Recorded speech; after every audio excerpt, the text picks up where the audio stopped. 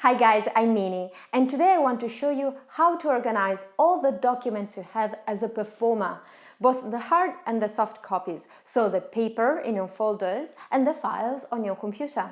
I'm sure that you have a method already, but it might not be the most efficient. Let's test if your method gives the same benefits of mine.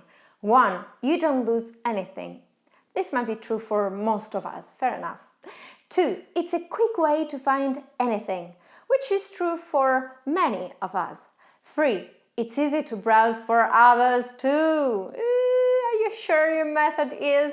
Have you ever asked someone to access your files on your computer and they had no idea of where to find them? Yeah, don't worry, happens. That's why I'm here. By the way, it's okay if you don't want to change your way of organizing files, but maybe seeing my way gives you new ideas. So, are you ready? Let's start. First of all, separate your personal documents from your business ones. The personal ones are all the financial docs, tax returns, bills, receipts, and all the ordinary jobs that you do with their contracts, manuals. Raise your hand if you're one of those artists who have also other jobs, right? If you have, let's say, a separate bank account for your performance business, then keep that financial part with your business. Otherwise, put all the finance in the personal folder. Categories. Within your business, you might have different performing jobs. Let's see some examples. You're a guitarist. As a guitarist, you have a hardcore band, the Pissed Off, then a classical quintet, the Dowland in My Heart, and then a jazz duo, the Blue Balls. Those are 3 different categories. Or you're an actress and you do modeling, MC at weddings, and you have a theater company. Keep those 3 categories separate. Let's see what I have. I have my jazz duo, my acting career. I teach, like in this video, radio performance. I wrote a book, and I'm a Zumba instructor. I also had other things, like a non-profit music association back in Italy, but that's in the old stuff, because I don't do it anymore. Even if you do these things with the same people, keep them separate. Don't be afraid of having extra folders, okay? Within each category, you have different topics. I will list 10 of them. You must have the first 7 topics, whether you are a student or a professional. If you don't have them, add them today. 1. Professional development. Your academy, your school, the workshops you attended, and a separate folder just with the qualifications, with the certificates. 2. Photos. Your photo book. Seriously, it's 2018, you need a photo book, and you should update it every, let's say, 4 years tops, or whenever you change your look, like your hair color, even your beard if you're an actor. And the photos from your live performances. 3. Videos. Again, they estimate that this year 75% of the content seen on internet will be videos. So yes, you need them. 4. Marketing, which means your business cards, the content for your website, and for your social media as a performer. Some of us have also logos, banners, flyers, all your merchandise goes into marketing. 5. Repertoire. Your scores or scripts or lyrics, whatever you do. 6. Rehearsals. In here you keep the videos you take during your rehearsals. Keep track of your improvements. I think I'll do a separate video about the importance of filming yourself during your rehearsals. 7. Projects. Innovation, ideas, new things that you're planning for your career in order to keep growing. There are also other topics you might need when you become a professional, like 8. Events, which is basically what you would put in a blog.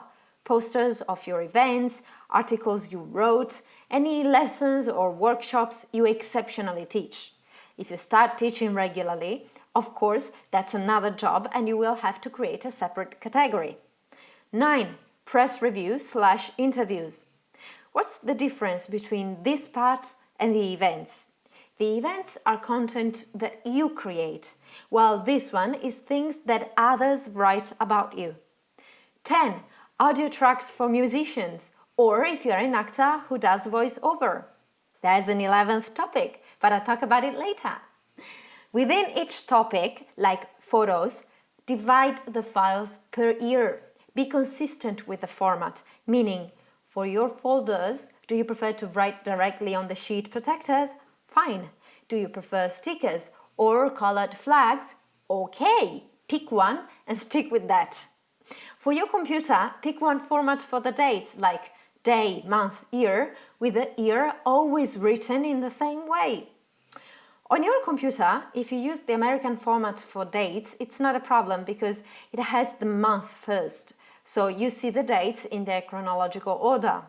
But if you use the European way of writing the dates with day, month, year, you will notice that the dates won't remain in a chronological order, which is very confusing.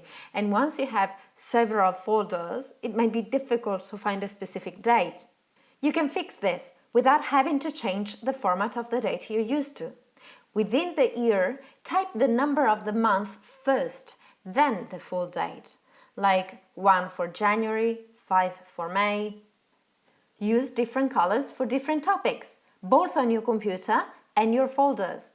For example, I always use orange for marketing. I don't know why, maybe it's because call to action buttons are usually orange. This is a marketing thing, don't worry about it. Or I use red for the bureaucratic files of every job, like contracts, quotes. Choose the colors you prefer and stick with them. It makes it much quicker to find the files if you know which color you're looking for. Use the cloud. It's very important that you can access some files at all times, wherever you are. Keep in your cloud your invoices for this financial year and the last one, your resumes, the scores that you're using at the moment, your logo if you have one, even your qualifications if you're actively looking for some jobs. But most of all, keep on the cloud the 11th folder, pictures to send. These are the pictures from your photo book or from your live performances that you like to send every time you apply for a job or a talent agency, but in a smaller resolution. In fact, sometimes we find ourselves in a situation where we have to fill a form online or send a quick email and our photos are too big. Create copies of those pictures with a smaller resolution and keep them on the cloud. Finally, extra tips for your folders. I always tend to be paper-free, especially nowadays. But if you have paper documents, there are things to keep in mind. Choose the dividers for your folders carefully, because many of them are not enough wide to work with sheet protectors. So if you use sheet protectors, make sure you buy extra wide dividers. But before you buy them, check if they fit your folder, because they might be too wide. Do not use post-its for dividing the sections of your categories. Day after day, they fall off. Use stickers or flags, they are way more efficient.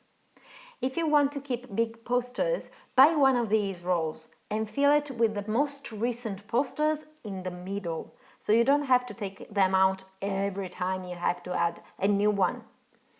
If you have many folders for your scores, order them alphabetically. You can even divide them into categories like music from the 16th century, music from the 18th century. But what if you have only a couple of scores from this century and too many from that century? I'd go alphabetically. It's also much easier for others to browse. Okay, this was a long video, but I hope it was worth it.